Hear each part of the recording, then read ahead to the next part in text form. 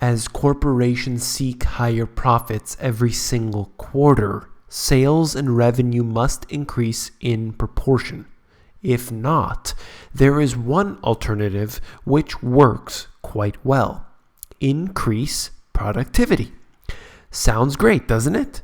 Well, that's code word for firing people. When the economy is suffering, unemployment will rise. Industries can be supported by the government, but ultimately the destruction will become self-evident. You came here for the truth, so let me unveil that for you. Today we will talk about the mass, widespread job losses in the U.S. Now I want to preface this with the information that you've probably been seeing recently, that there are in fact jobs being created in the US, and this is something that we'll have to see how it goes, but at this time we're looking at job losses. Okay, I want to start with that. I'll mention it again later on. First of all, to begin, we're looking at the year where we are at.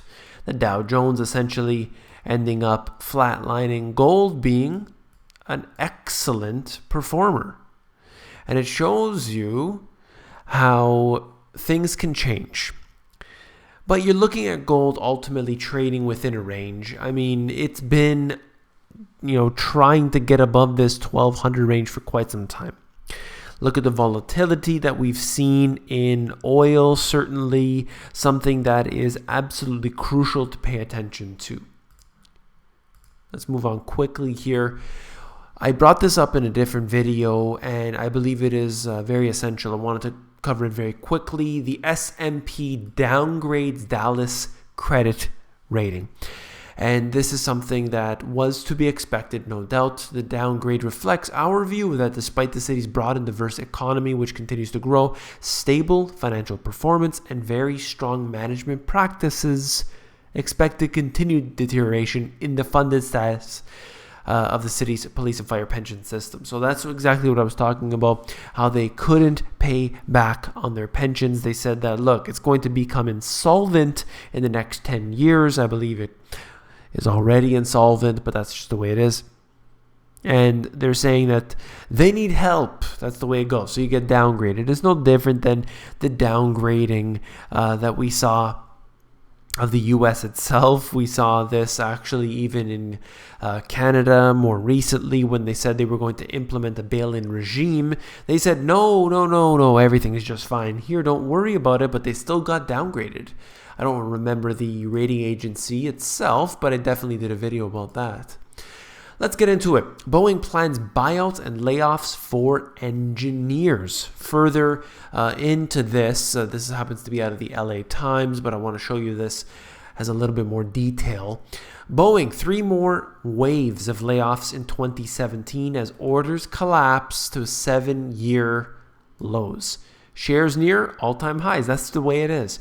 If you're willing to fire people, shares will increase. And it is something that is unfortunately very sad, but unfortunately oftentimes true. If they say they're going to increase productivity, it's like a bunch of vultures, and the vultures picnic, as they like to call it. Great book, by the way. This is not the way to start your workday. To find this email from your boss in your inbox. As we enter 2017, our plan calls for us to reduce our engineering staff. I realize some of this news is unpleasant. I want it to be respect your right to know what is occurring this year. And they're not the only company. Let's get to a bunch of companies here. I'll cover them very quickly. Macy's will cut 10,000 jobs after poor holiday sales. I covered that already recently. Wal-Mart stores will be giving hundreds of additional workers pink slips as the discount retailer prepares a fresh round of job cuts. And there we are, Walmart. And this is what's interesting about Walmart is that generally seen as one of those stores that would do better as time gets worse because people are looking for those discounts.